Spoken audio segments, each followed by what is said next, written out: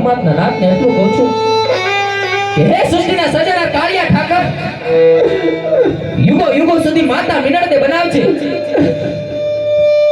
કદાચ દીકરો આપવાનું ભૂલી જાજે પણ દીકરી સગુણ આપવાનું ના ભૂલતો મારા નાથ. કારણ કે જે જનેતાને કંધોતર દીકરો ના હોય ને જનેતાને જઈને પૂછો કે દીકરા વિનાનું જીવન કેવું દોયલું હોય છે.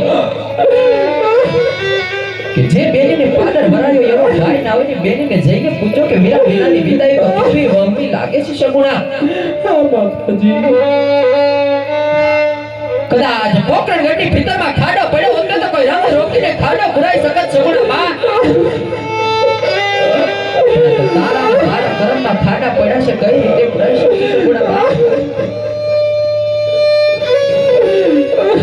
તારી કરિયાવરની અંદર તો તારી જનતાએ કોઈ જાતની કદાચ રાખી નથી સગુણા. આજ હીરા માણેક મોતી જાત બધું મૂકી દીધું છે સગુણા. એ બધું તો કાલ હવારે ભાગીને ભૂકો થઈ જાય ને વપરાઈ જાય સગુણા બા. પણ હાચો કરિયાવર તો તારી જનતાને આપેલા સંસ્કાર છે કે તારા સાસુ સસરાને માતા પિતા માનજે.